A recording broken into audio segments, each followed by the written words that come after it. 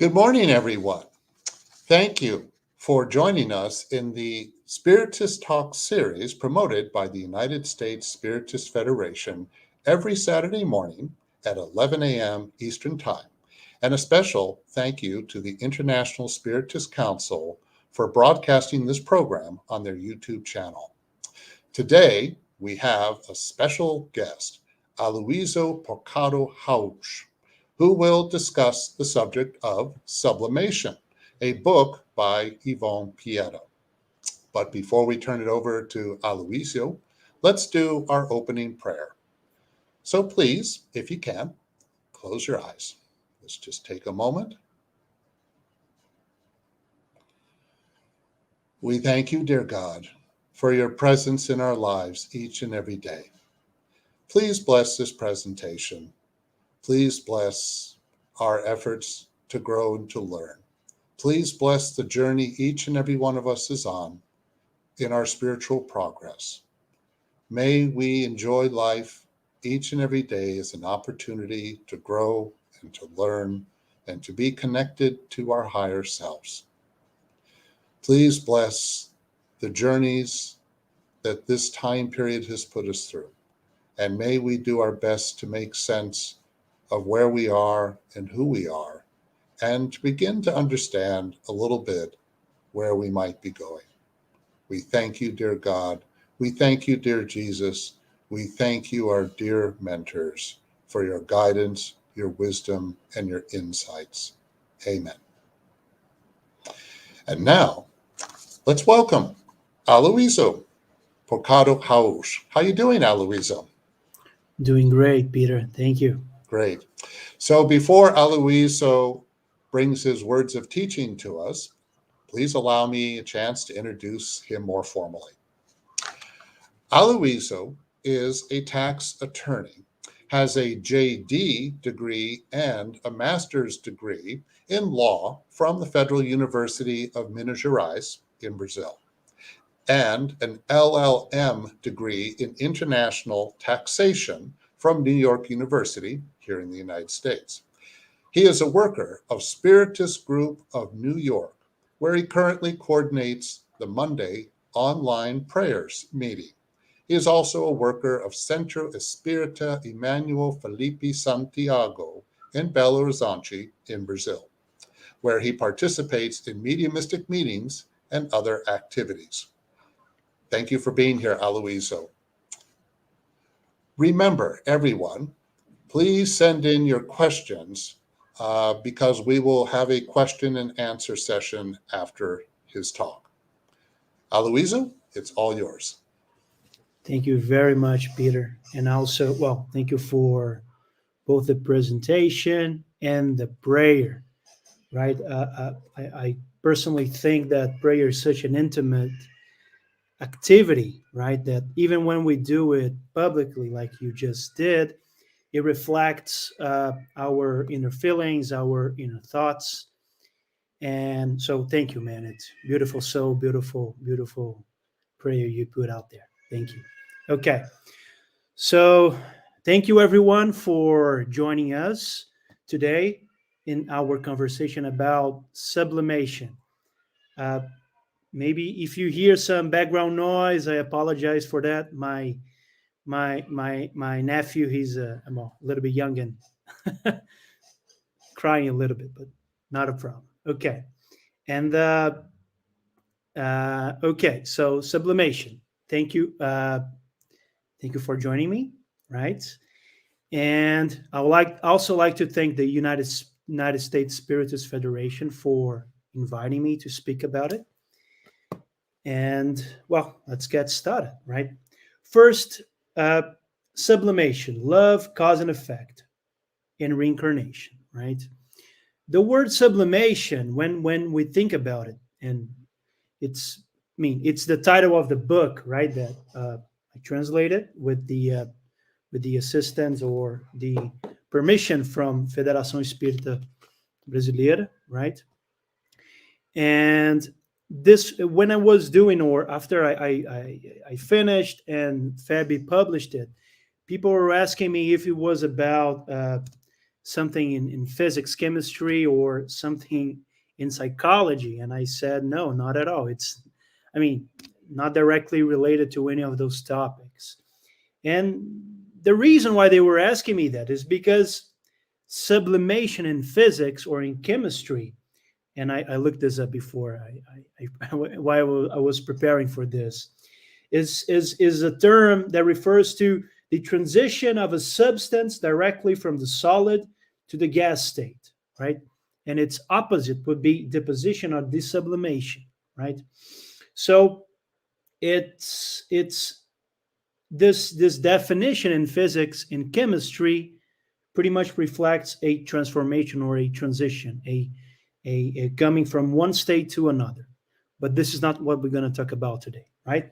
And in psychology, maybe we're getting closer to it, but it's not exactly that too. But in psychology, sublimation is a term that refers to a mature type of defense mechanism in which socially unacceptable impulses or idealizations are transformed into socially acceptable actions and behavior, possibly resulting in a long-term conversion of the initial impulse, right?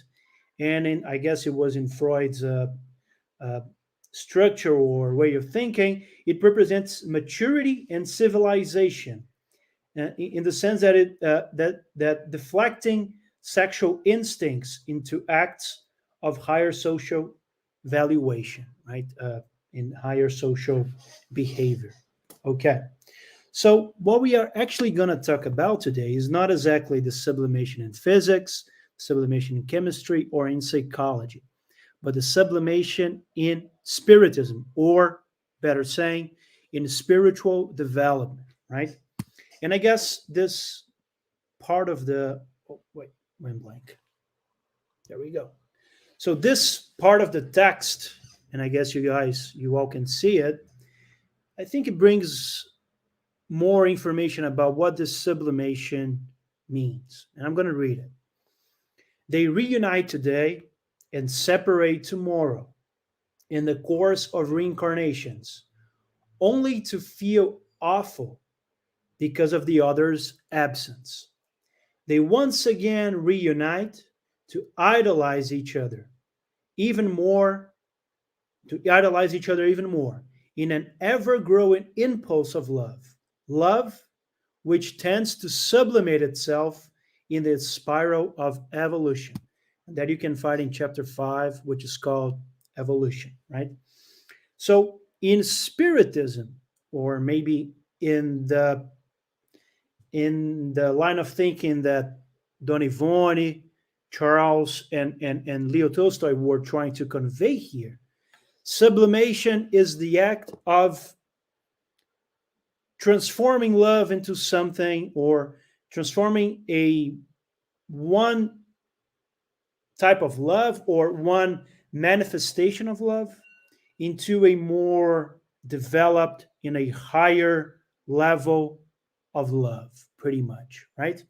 And this is why going back, I think that love, cause and effect, and reincarnation is pretty much the sum of it, because it is because love in its many representations, manifestations, through cause and effect, and with assistance of this amazing tool, which is reincarnation, evolves, develops, sublimates itself, right? Okay, great. A little bit about this translation, right? It's this book right here, right? It's called Sublimation. And the cover by itself, I think it was a great work by Fabi, because I mean the picture is amazing, the production is amazing. So I mean I'm extremely thankful for their level of care and I mean professionality, right? It's a beautiful cover. Okay. Okay, the book in Portuguese, the original is in Portuguese, right? It's called Sublimação. It's pretty much the same thing, right? And it was published the first time in 1974 by Federação Espírita Brasileira. right? The medium, the author of this book is Yvonne Pereira, right? And the spirits that actually wrote the book are Leo Tolstoy. You probably heard about this guy, and Charles, right? Okay. This translation here, it was first published in March 2021, so it's pretty much fresh out of the oven, and you can nowadays find it pretty much everywhere, like Fabi website, well, and all the others. And here, I would just like to say special thank you to Jusada Korngold. She did the proofreading, or the second. I mean, did it? I did the translation, and she was kind of catching my mistakes and offering comments and suggestions.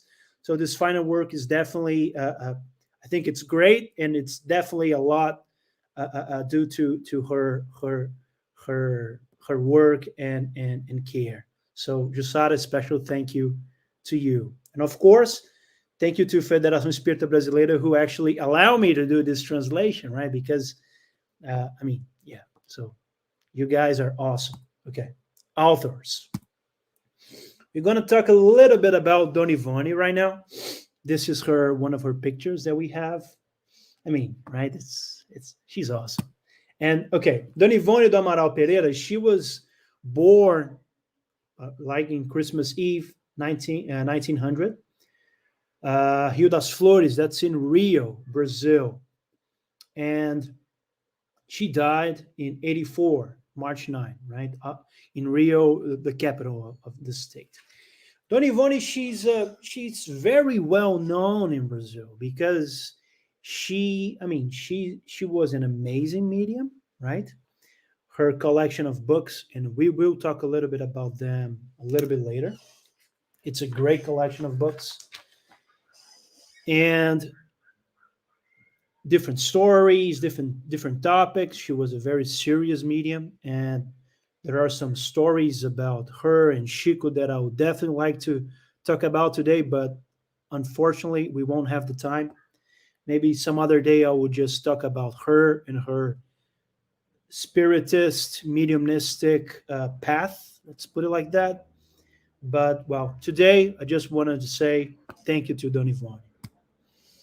The other author we have, this guy, Leo Tolstoy, it's the Russian author, right? That's the pretty much it. He was born in September 9, 1828. I'm probably gonna butcher the pronunciation, but it's called Isnaya Poliana. I think it's a small town in Tula, Russia. And he died in November 20th, 1910, right? A little bit after Don Ivone was born.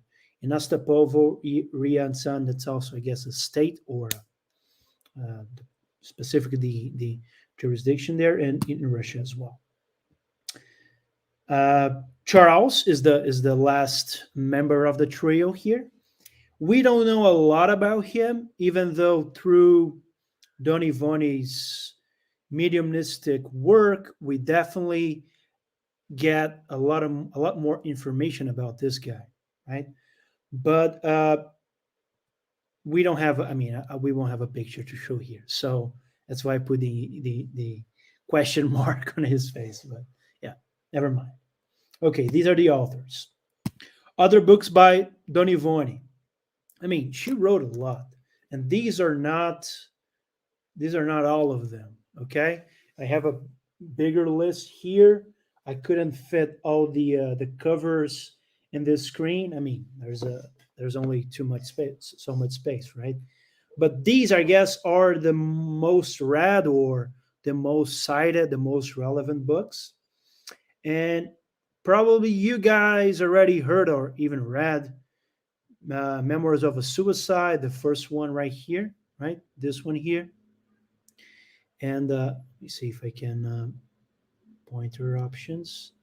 Laser pointer. Here we go. Awesome. Okay. So this one here is Memórias de Suicida. It's pretty much one of those books in Spiritism that you got to read. You definitely got to read.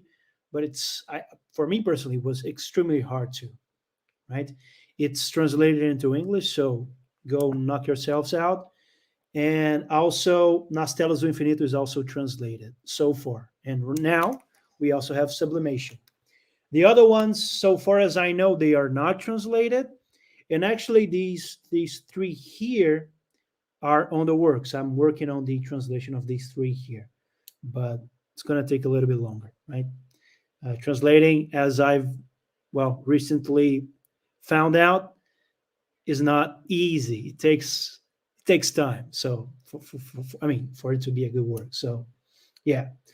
So it's summing up, right? Don Ivoni has a lot of books, extremely precious mediumistic works.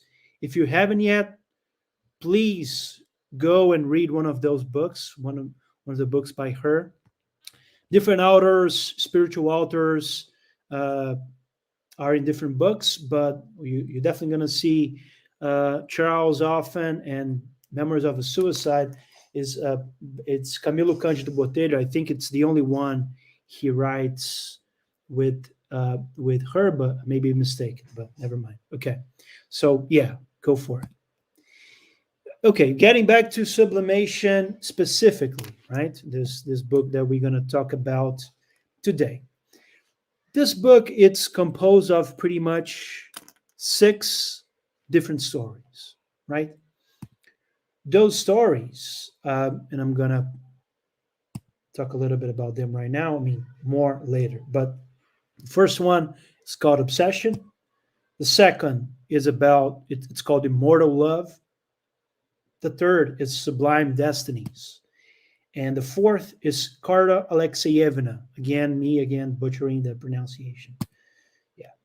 Okay. So these 4 first chapters or stories, they were written by Leo Tolstoy, right? And it is interesting, and we're going to talk about more later, that if you read maybe War and Peace, Anna Karenina, some of the books Leo Tolstoy actually wrote when he was incarnated, you would notice the same flavor, the same. I mean, it's hard not to notice how similar this style is. Maybe these stories are shorter than what Leo Tolstoy used to write when he was alive, right? But the pace of the story, the narrative, the flow of the story. I mean, it's I think it's unquestionable, right? Just commenting on it. Then we have Evolution and Nina, right? These last two chapters or last 2 stories, they were written by Charles.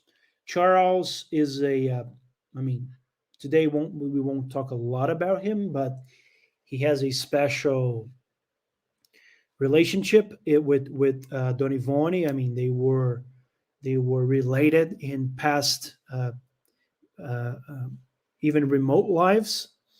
So their spiritual connection is extremely, I mean, strong. It's a very close spiritual bond, and because of that, I guess the quality of the book or the stories is rare because is like Chico and Emmanuel. They were also very close together spiritually, and I think that's even a precondition for a good flow of the story and for a good communication, right? Because as we all study here in Spiritism, maybe not everyone that is listening to this conversation here is a Spiritist. Doesn't even matter, right?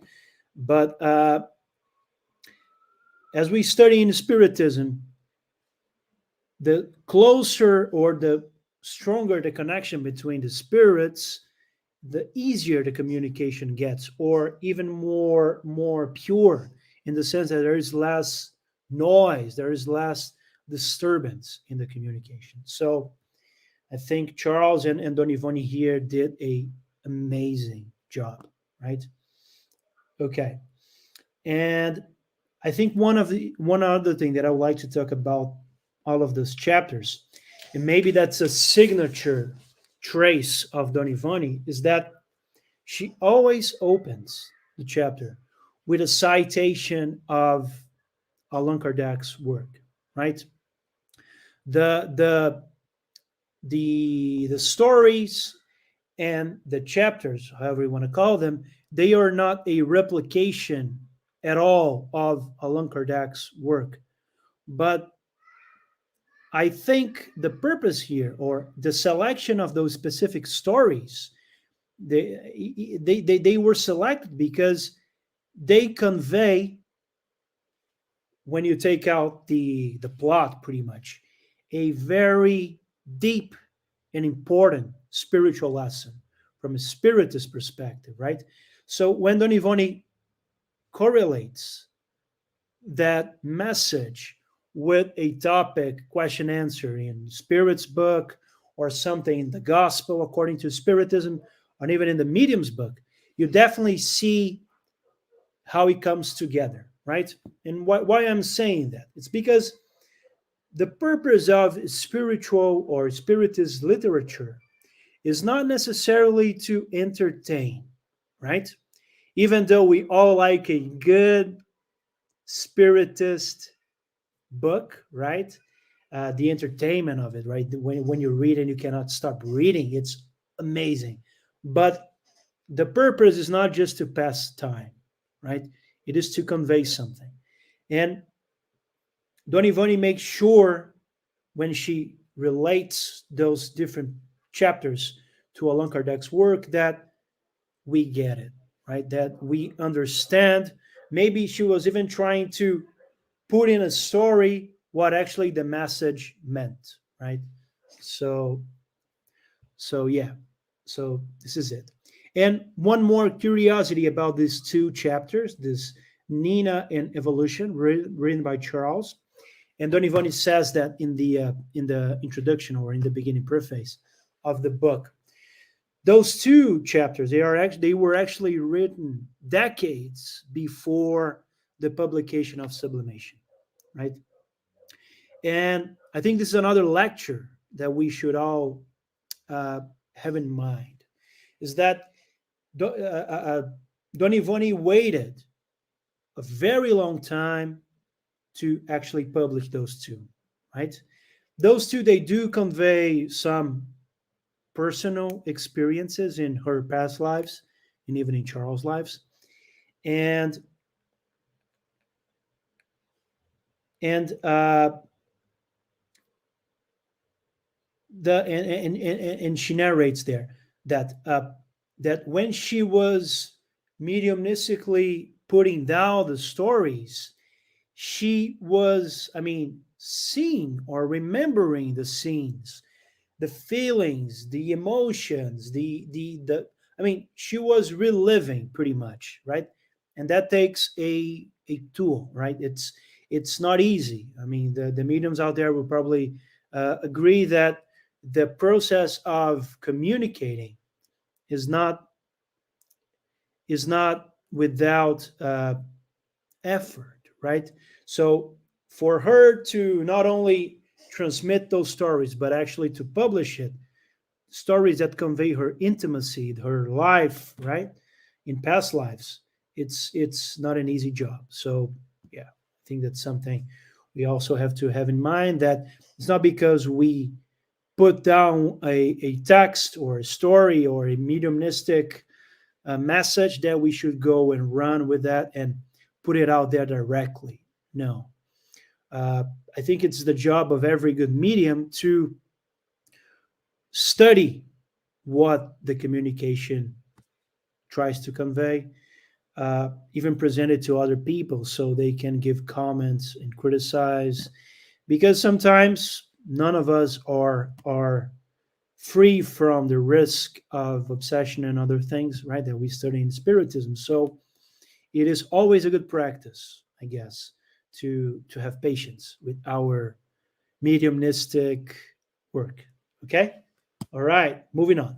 And the core element in all of those stories, as I said before, is how love, through the law of cause and effect, and assisted by the tool of reincarnation, sublimates itself.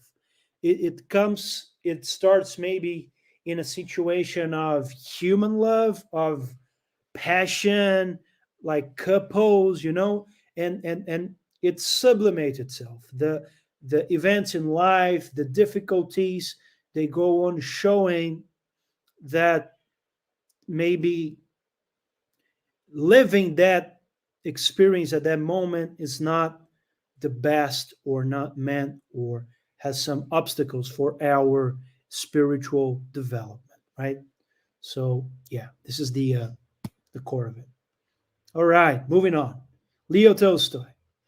And I would just like to read with you guys a few excerpts, because Leo Tolstoy writes a presentation, like an introduction in this book. And I think it's also extremely interesting what he writes there.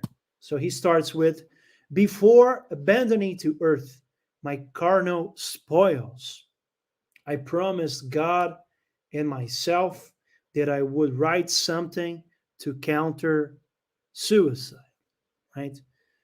Okay, so this guy is saying that, well, I died, but the work didn't end there, right? Several times after I passed, I was grieved by the news that one, then another, and again another woman, carried away by the passion of human love, had copied the gesture of a certain famous hero from one of my romances, right? And I think here he is referring to Anna Karenina. It's a very famous book by Leo Tolstoy. And I mean, this guy is saying here that he was so famous and he wrote so well that actually this gesture of suicide in one of his books inspired other people, and he says other women here, but pretty much other men as well, to commit suicide. Awful, right? I mean, you try to do a good work and you do a good work, and you never know how your ideas, your efforts will be taken or interpreted by other people, right? If the offenders, or the people who committed suicide, were inspired by the stories told by me, I felt guilty for being cause of that misfortune.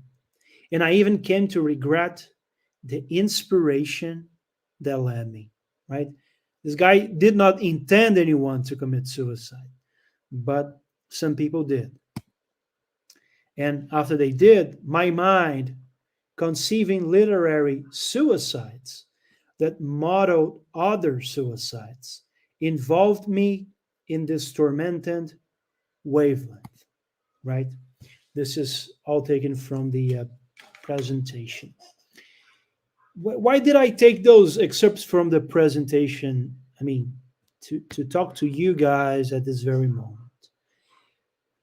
My intention here was to maybe try to talk about this ability that we all have as spirits, as human beings, of mentally projecting, or projecting our thoughts. And by doing that this inherent capacity to create, we actually mold matter, right? Even if in a more subtle way. And when we do that, we actually interfere in the world, right? I think maybe we all know um, how difficult, right, it is to wait. Oh, wait. I'm gonna go back. Yeah, this happened when I was. Here we go. Sorry for the technical problem. Okay, we're back. So basically, in Spiritism, I think it's one of the key elements of it is that with our minds, or when we in our spirit, we are inherently able to change or to affect the world. We see that many times in Chico and André Luis books, right? When you read the collection, Life in the Spiritual World, uh, several times you see how mental projections, they actually take form, right? Take form of parasites, or take form, or I mean, dark matter, or not in the physical sense, guys, but things that actually affect us. At the same time, mental projections full of light, when he talks about the petals falling from the sky when they were praying, or projections of light, those are all mental projections from the higher planes, interfering and bringing good inspiration to our lives, right? So Chico and Luis talk about that all the time. Chico and Emmanuel, they also talk about it. They have a specific book that covers this. It's Thought and Life, is also translated. So if you haven't, definitely got to read this one. And even Dona Ivone herself, I mean, Memories of a Suicide. It's, what is it if not a detailed study of how the mental projection of someone who committed suicide reverberates throughout decades, right? Even I don't know, even more than a century, I guess it could be. So, and what we are talking here is that, I mean, we don't know the remote lives of Leo Tolstoy. We definitely, I mean, I don't know if he, and it doesn't really matter if he committed the act himself, but he is saying that even by merely conceiving the act in his mind, put it in paper, and more or less inspiring other people to do it, it was already enough to involve his mind in this tormented wavelength, right? It's right here. Uh, Conceiving literary suicides involve me in this tormented wavelength.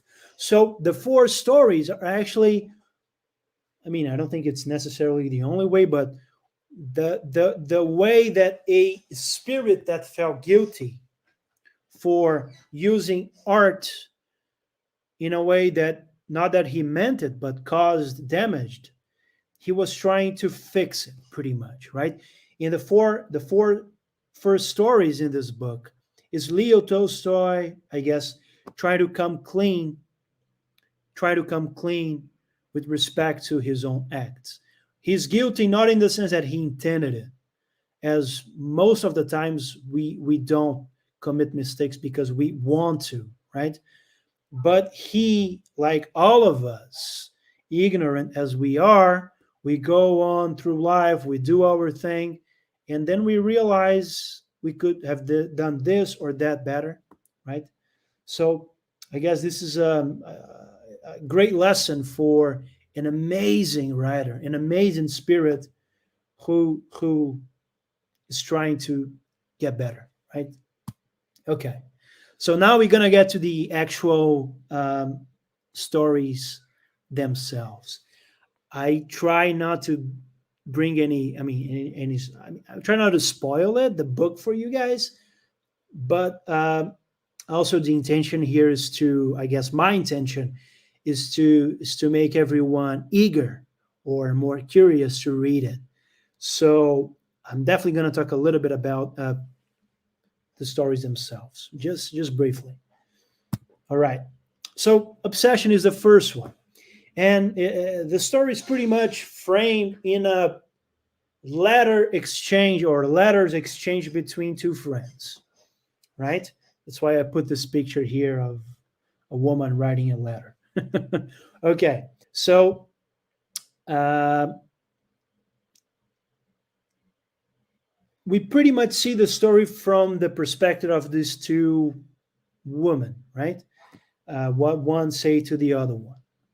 And one thing for you to know is that basically the first woman, is in a hospice, right? It's in a asylum, I guess. Maybe it's a better word.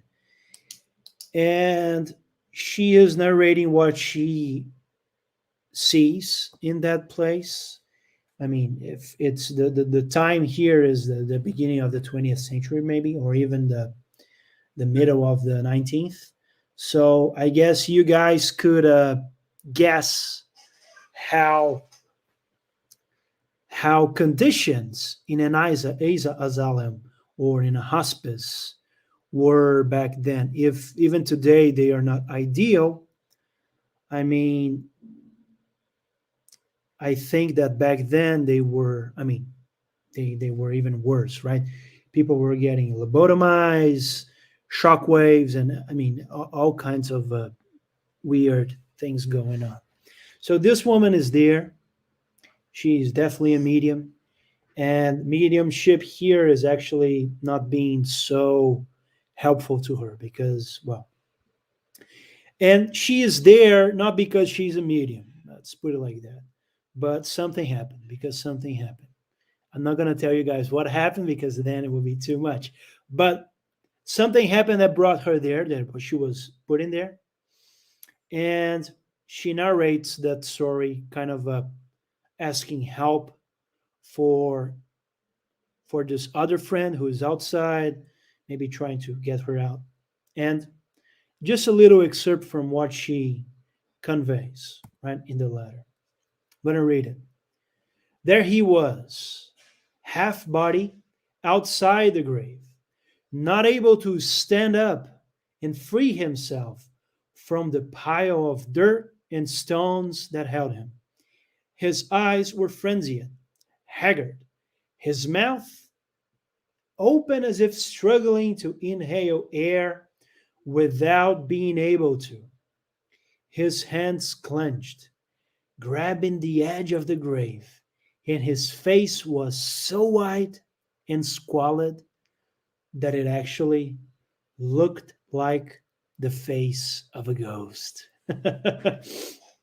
Yeah, it's a young woman writing a letter. Okay, so personally, I think that this first story is maybe the darkest one. I mean, uh, it's a little bit scary. I gotta say.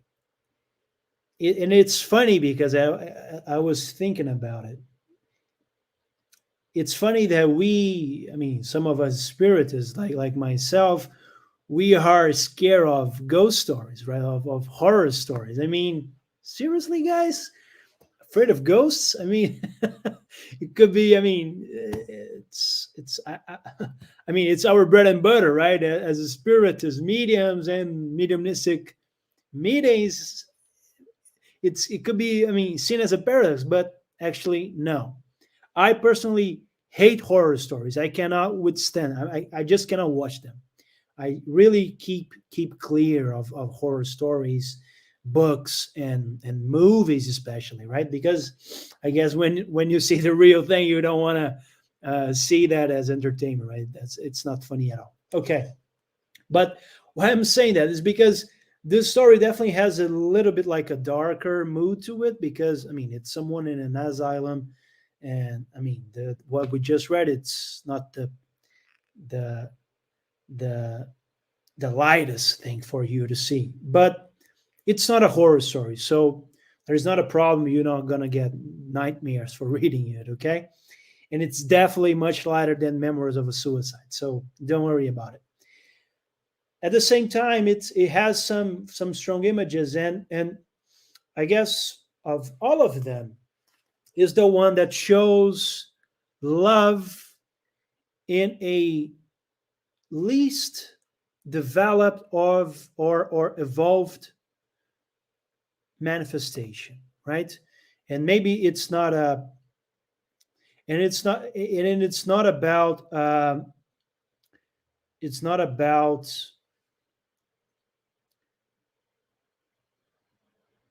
let's put it like that. It's the maybe it's not without reason that this story came first in the selection of the six, because maybe there's a progress, and I think that there's definitely a progress in the messages or in the stories. The further you go, the more you see characters having suffered before, now being able to manifest a higher level of love, pretty much. So this one is definitely, I think, the downside of being too attached to blind to physical love, I guess, and not being able to correlate that with the predicament, I guess, of mediumship and of life, right? When things don't go the way we want them to. Okay, now we get to Immortal Love. I personally want one sip of water. All right, so I personally love this story because, I mean, I love plants and, I mean, nature, everything. And in this story, many times the Leo Tolstoy talks about the lilac tree. People reading underneath a lilac tree and the smell of the lilac tree and I mean the colors, amazing. So I just wanted to share this picture of a chair underneath the lilac tree, right? And I'm going to read a little bit of the from this story. You should rather consult your own heart, your own intuitions, Count Philip Filipovich, and you will find him. It was not in vain, my poor friend, that you were the chosen one by law of reparation to write this singular theme to the greater public. Honestly, the plot in this story is just amazing. It flips, it really moves around and gets you, I mean, into the story. This is not a dark story at all. It's a very actually inspiring one, but and you definitely get a more like a sense of like Leo Tolstoy styles when he was alive, because it touches upon social relationships and differences in social class in Russia maybe, and even European life in the early 1900s, right? Uh, it's definitely a great story, and I cannot get into much detail here, even though I wanted to. But it's even if you are not a spiritist, and if you don't, I don't know, believe in what was going to be narrated there, the the images depicted by Leo Tolstoy here are just amazing, especially when he talks about the lilac tree. So yeah, go for it. Chair on the lilac tree. Okay. Chapter 3, or third story, Sublime Destinies. This one, if the past one was, I mean, talked about more about this old Russia in which class distinction and hierarchy and I don't know, maybe royalty, nobility, and peasantry, they were conflicting. This one, I guess, is especially so. It brings a bigger flavor of this, and it's about I mean, it gravitates around this very specific character, right? This odd character, and I selected this excerpt that narrates how he dressed and how he dressed and presented himself. I think it's amazing.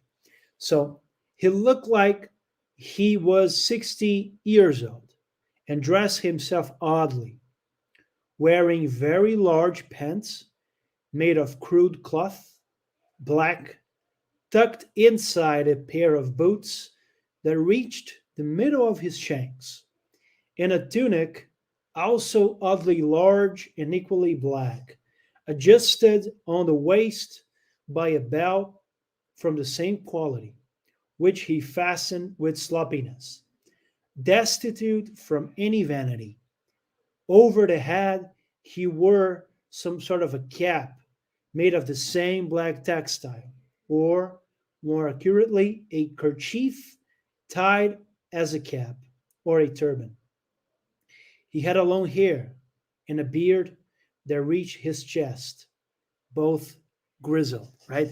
So I looked up, I tried to find the ideal picture, and all I could find was this picture of an old Cossack. You see the black tunic or the turban and the black dress. It's not exactly like this, but the long beard. And Sublime Destinies is I think it's probably my favorite story here. Uh,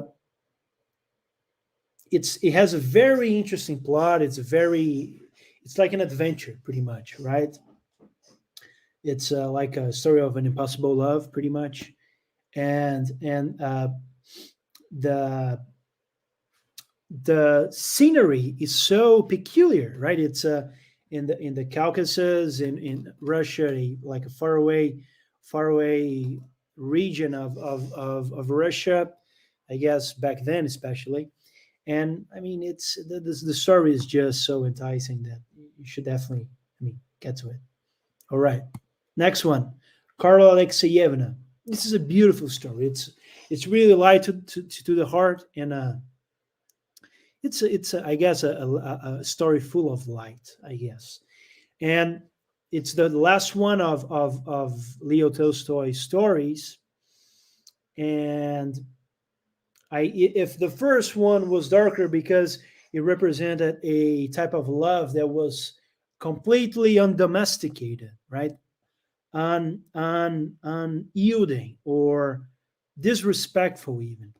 This one, Carl Alexeyevna, is about love when it reaches sublimity, I guess, when it reaches acceptance, and it really has understood the purpose of the obstacles in life. Uh, the Our Lady of Kazan, it's one of the key, I mean, guess images in the story, because the I mean, there's I think an overlap between the representation of Lady of Kazan, Our Lady of Kazan, and the main character here in this story. Yeah, okay. So I'm going to read a little bit. Cold sunbeams came in through a close by window, which stained glasses, displaying the multicolored silhouette of the Lady of Kazan, filtered suggestive reflexes that framed Carla's singular figure. That's the heroine in this story, right? You try to imagine, picture yourselves this big one of those church windows, right? Colorful, with the light coming in a beautiful morning, the light coming in, and you look at this person, right? This here was already an older lady, uh, bath in that light, and then we get to understand what her story was, what happened to us, and the amazing lecture or understanding message we can get from it, right? Okay, just beautiful. Okay, evolution. Now we get to the first of Charles' stories, and this one has a special characteristic to it because it depicts, not maybe not in the same detail, but it depicts the flow of a couple, and that includes Don Yvonne herself, throughout the ages, throughout millennia, actually. It narrates with, uh, or at least it gives hints of how this relationship throughout several reincarnations was changing, right? So it's not the perspective from only one person, but actually the perspective of two people, right? And how difficult and full of obstacles this development of the soul is, right? And that's pretty much for all of us, right? And I'm gonna read from it, I guess. 19 centuries. Look, this is, I mean, 2 millennia. 19 centuries of suffering, work, and accomplishments had transformed him. He had died, suffered, fought, worked, loved, served, served, conquered himself, and renovated himself for God. Pretty much, he has reincarnated many, many times. He had progressed. He had come to know the hardship of progress through all the social classes. He had educated himself. He had completed himself, right? So I think it's a message also for us striving spiritists, right, in this path of spiritual development. That guys, we gotta be patient, right? We definitely gotta slow down in our anxiety, because even though we know that we should every day wake up with the intention of being better and being kinder and more tolerant and more respectful and more loving, even for spirits that we admire today, I mean, it took a long time. So let us respect ourselves first and foremost and pace ourselves, right? Understanding that the spiritual development is not something that comes in a rush, right? I guess if we try to do it in a fast pace, we're definitely going to make so many more mistakes, right? And I guess if something that the higher level spirits definitely have is patience, right? So, and I'm speaking for myself here, that's something we always have to improve, I guess. Okay, just sacred spiral. Yeah. Now we get to this is the last chapter. So Nina, I think if I'm not mistaken, this is the longest story in the book, and it is about a specific past life of well, Charles and also Don Ivoni as well. And it's a very very lively story because it takes place in Madrid, Spain, in the 1800s, something there in the middle, right, or even beginning of the 20th right century. So it's a very lively story. It's already more urban context, and also, I mean, it's amazing. So I just put this picture of a gypsy woman because in this specific situation, Don Ivoni is incarnated as a Jewish. I mean, there's a mix there, Jewish gypsy woman. Uh, yeah, and I'm gonna read it again. A chill of unusual emotion run along the sensitive fibers of the young nobleman, followed by the inexplicable distress and discomfort. He displayed a gesture of surprise, which was not unnoticed by Constancia. So, who is Constancia? Who is Nina, right? And who is this young nobleman? I mean, the story is amazing. A burdensome sensation supervened, and it was as if he asked himself, in the intimacy of his soul, touched by affliction, but how can she be here in this sordid place? Why? Why is she here? No, he cannot be. This is a crime. I cannot agree with this, right? This is this young nobleman thinking when he was seeing Nina for the first time. All right. And then later in the story, there's another part that I would like to to to read with you guys. Suddenly, it's a different scene, right? Suddenly, one of the mediums present, one of the mediums present started to write quickly, and Don Ramiro saw that it was Nina who, by his side, gave him her thoughts. So the human tool would transmit it to him, Ramiro. She was supported by an instructing entity and wrote with ease, right? So again, this interplay with the plot, the story, and a deep, maybe unseen when you just get hooked up by the plot itself. This guy here, or Charles here, is narrating a mediumistic meeting, right?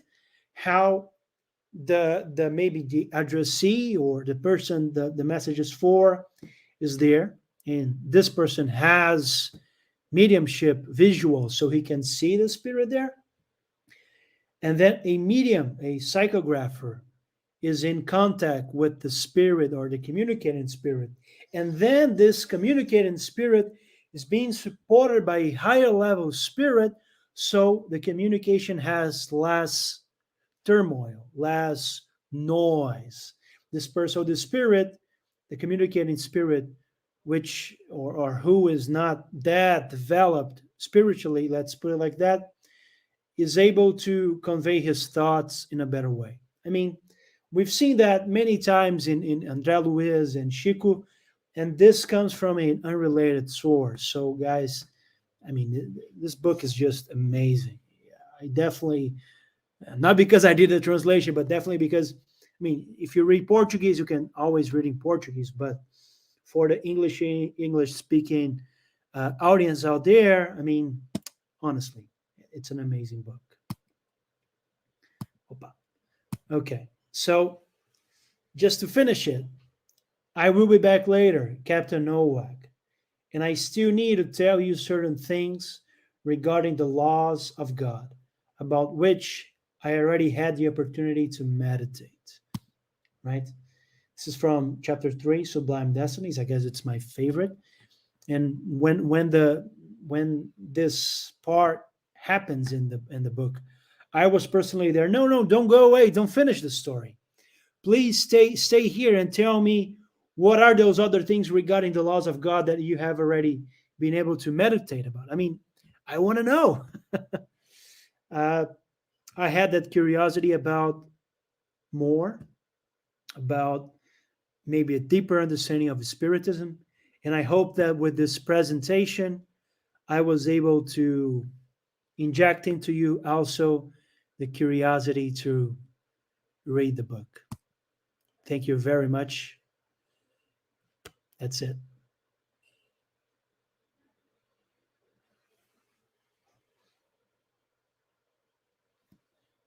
Guess you're muted, Yeah, Peter. sorry. Thank you, Aluizio, for a very inspiring presentation. Tolstoy's one of my favorite writers, and his comments on religion in particular. He wrote a lot about religion, and it's very inspirational to read that. He had an influence directly on Gandhi, for instance. Okay, I believe we have some questions. The first one is it a trial for people to learn how to love without becoming devastated when a romantic relationship does not work out? Is it a trial for people to learn how to love without becoming devastated when a romantic relationship does not work out? I mean, I speak for myself here, right? And I think that it's definitely a trial when relationship doesn't work out. After all, we are social beings, right? In our lives, we are always connected to one another. So when a romantic relationship in special doesn't work out, we all get devastated. It's hard, right? But I guess the point here is that uh,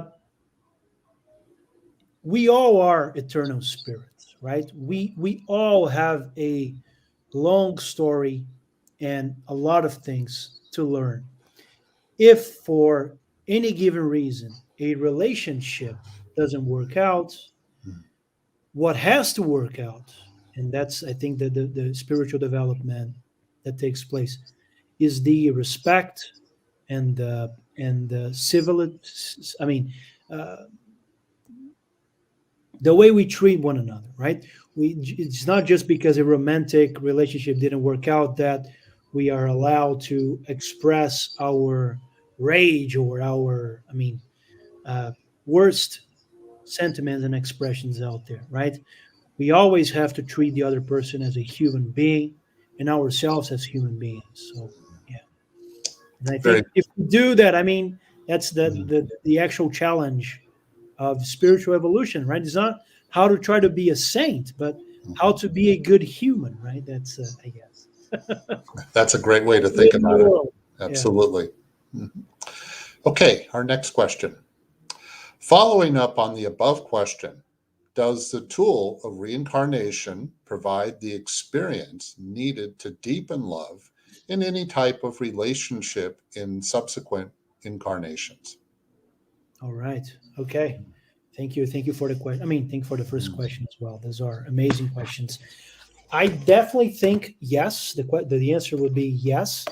And in chapter 5, the story number 5 called Evolution, maybe we can get a better glimpse of that from a spiritist perspective, right?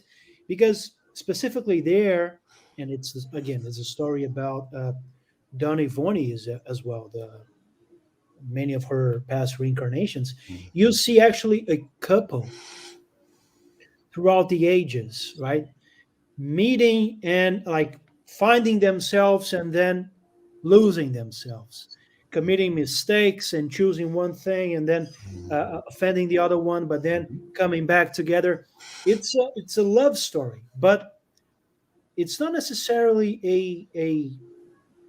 a traditional love story, maybe from Hollywood point of view, because it's not about a happy ending that they are together. Because guys, death comes for all of us, right? So there will be an ending for that specific relationship at that point of time.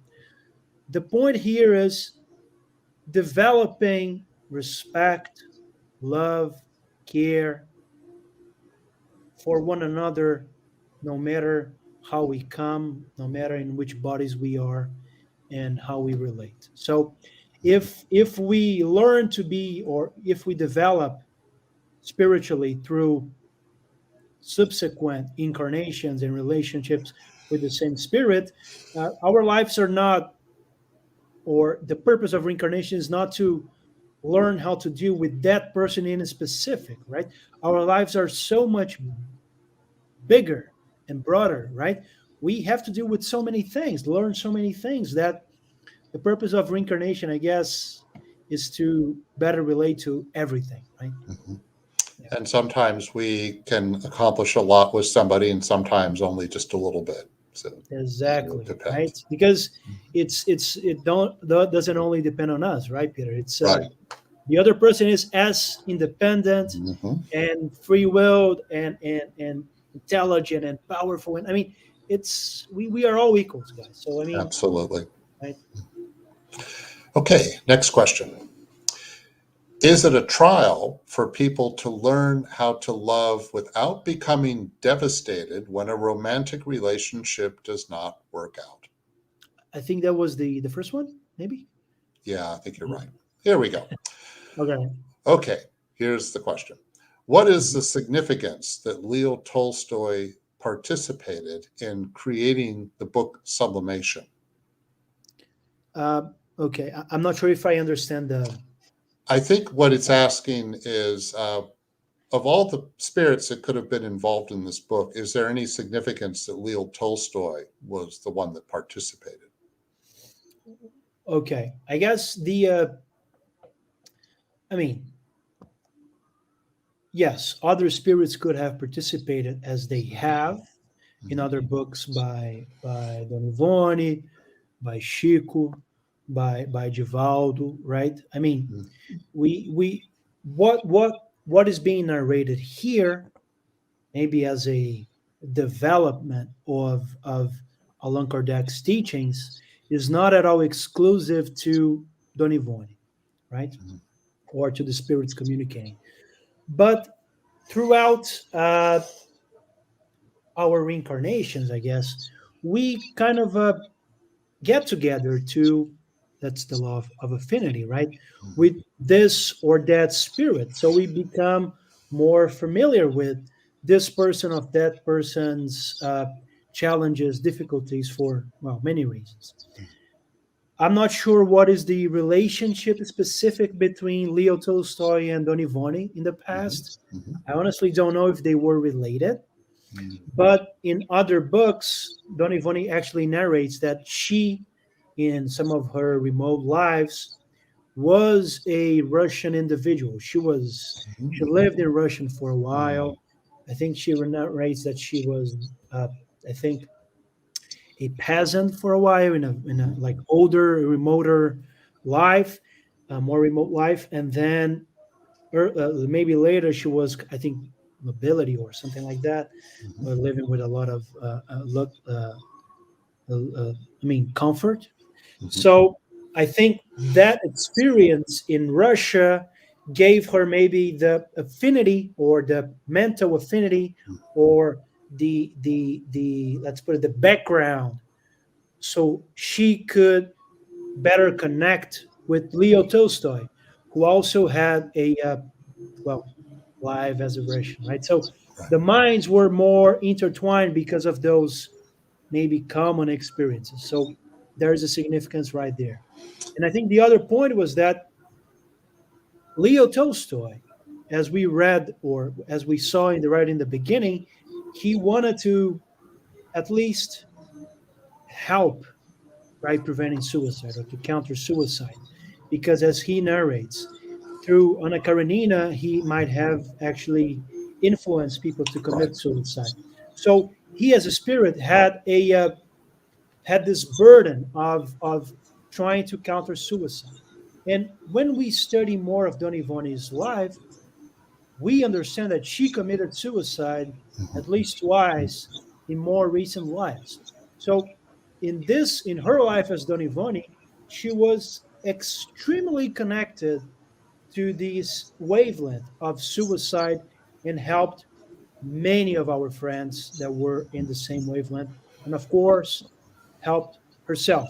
After all, Memories of a Suicide is Mhm. probably the Mhm. best book about suicide from a spiritual perspective. So Absolutely. I think there are connections. I mean, many significance there. Yeah. And I know that book sometimes scares people, but it's absolutely Oh, it worth scared me. reading. Yeah. Yeah. Absolutely. Yeah. Because when I was But reading that for the first time, Peter, yeah. I mean, for at least the beginning, right? It's harder. Mhm. Oh, Uh, yeah. the Absolutely. scenes An opening. are right. Mhm. Like the first chapter or the first story in Sublimation. It's not that it's a story. It's not that it's a horror story per se, but Mhm. the scenes that it narrates, they are Right. scary, right? So They it's are. hard to read. But Yeah. then as you go on and you see the change, how darkness evolves into Mhm. light, Mhm. and it's amazing. Yeah, it's a very life affirming book, ultimately. It's very positive Absolutely. at the end. Absolutely. Yeah. Yeah. Okay. All right. Do we have another question? Yes. Leo Tolstoy must have felt very guilty, in other words, about the Mhm. suicide of the young woman. But are artists responsible for the way people might choose to react to an artistic work?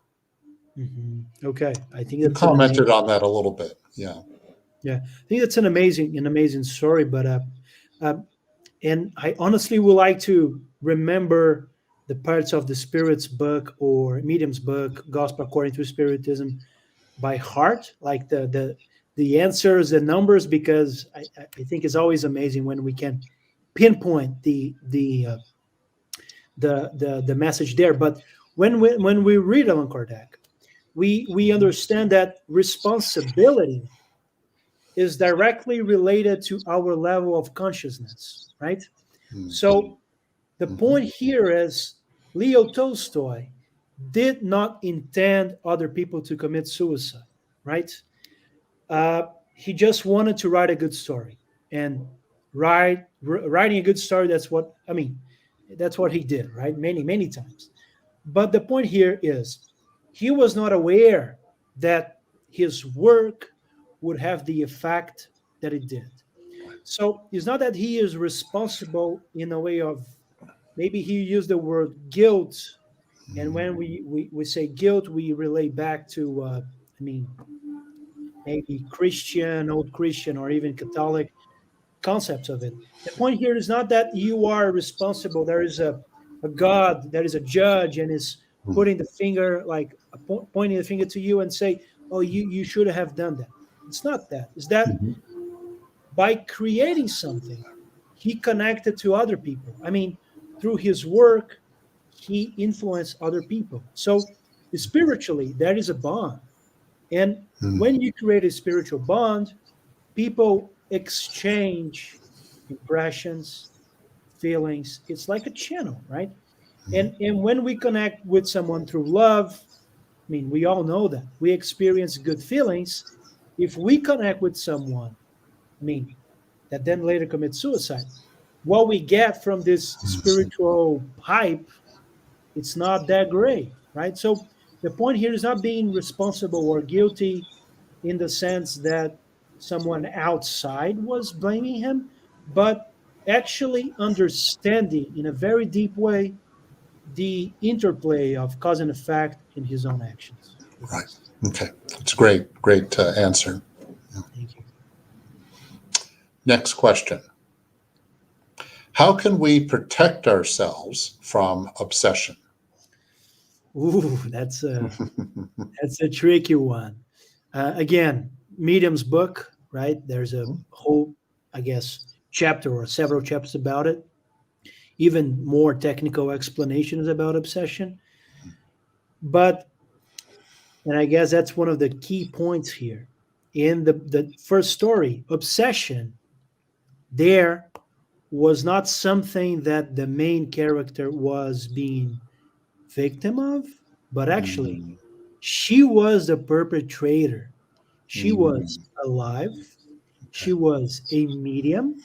And because of her not very, I guess, educated love, she was obsessing some other spirit in the story and committing not so great deeds, right? So the thing about obsession is it's not one-sided, right? And it's not only perpetrated by spirits or disincarnate spirits. It is also done by us, and we can do it with other people that are alive. So how we can protect ourselves from obsession, I guess, is trying to be a better human being. I think that's the key, right? Trying to have fruitful lives, trying to, study, pray always, right? Absolutely. And try to relate to good people, try to avoid addictions, right? I think the obsession is also related to addictions, of chemical addictions, of sentimental addictions. So yeah, I don't have the key. One answer to that is just that. Yeah. Those are all good points. So yeah, a lot of. Thank you, Peter. Okay, we have one more question. Okay. How would you compare the major themes of these short stories by Tolstoy versus Charles? Okay. In the sense how different they are, or how Yeah, similar how are they are. they? I think what it's saying is how are they similar? How are they different? Any major themes Okay. that stand out? Okay. Okay. I guess that as I try to say, the core theme here is love, right? Mm, All of those stories, they talk about a love relationship of some sort, right? And it's, if there's a core, if they all connect, the plots are different.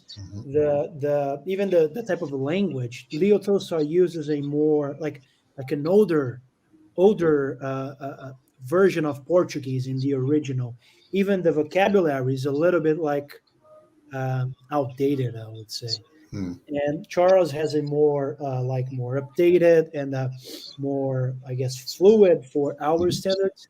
And I try to more or less maintain, but I had to change a little bit in the English, right? Because right. that's part of the work of the translator. But so the connection is love, right? Love relationships, and how the obstacles in life, they don't exist actually, or they don't take place to actually prevent us from loving. That's not the point. The point is to develop better ways of loving, less selfish ways of loving, more charitable ways of loving, more fraternal ways of loving. Especially because if we are, and that's also in the I think that's my Sublime Destinies is definitely, I guess, my favorite one, is that love per se, or even love in a human condition, like a couple's love, it's not bad per se, not at all. It's amazing. It's part of human evolution. It's, I mean, but the point is, after several reincarnations, if that bilateral love or exclusive love does not develop to, or in the sense that if we don't learn to live in the absence of that other person, right? For Mm-hmm. some given reason, because circumstances of life moved us away, or we had a an accident, and we could maybe not be able to provide a person the happiness, or I guess person would be deserving. Mm-hmm. If we don't learn to live in the absence of that exclusive relationship, Right. love can actually make us, that type of love can actually make us more selfish, right? We Mm-hmm. don't open up our eyes to the afflictions of other people right out there. And Right. it's part of a human spiritual evolution to, of course, be more charitable and more fraternal. Right. Yeah, absolutely. I mean, it's people certainly want to be able to love as deeply as possible, but they also need to be separate individuals too. So, Exactly. And I yeah. think that's also true, not for like couples love, but also motherly love, Mm-hmm. Oh, fatherly yes. love. I mean, even brothers and sisters, right? I Mhm. mean, all are different perspectives of love that we all need to develop, I guess. Absolutely. Okay. Believe we have a comment. Yes, from Francisco Diaz. And Francisco says, many couples are together because of obsession instead of real love. Interesting. It's only about one part and not the development of both. It's more likely to be an obsession. Hmm. Mhm. Okay. Okay. Maybe as a provocation, Francisco, and thank you for your comment. Yeah. I honestly don't know if obsession and love are that different, right? Maybe obsession is just a bad version of love, a very bad Mhm. version of love, because if we are all bound by affinity, Mhm. which is actually bound by love, if that, as again, if that connection is not developed enough, we Mhm. get a bad version of it. So, yeah, Right. I mean, people get together for positive reasons, but sometimes people get together for negative reasons too, exactly. which they need to work on.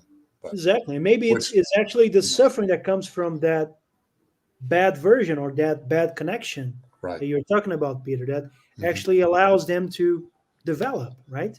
Yeah, and it could be Sometimes. very much a lesson in itself. So, Yeah, exactly. thank you, Francisco. That was a nice Thank you. comment. Absolutely. Okay, so thank you, Aluizio, and thank you, everyone who watched this live and those who have been following our weekly talks. Next Saturday, November 20th at 11 a.m., we will have Roberto Watanabe, and the theme will be the Medium's book, Philosophical and Moral Consequences. And now, before we end our live, Aluizio, can you please say a final prayer for us? Absolutely, Peter. Thank you. Thank you. My pleasure.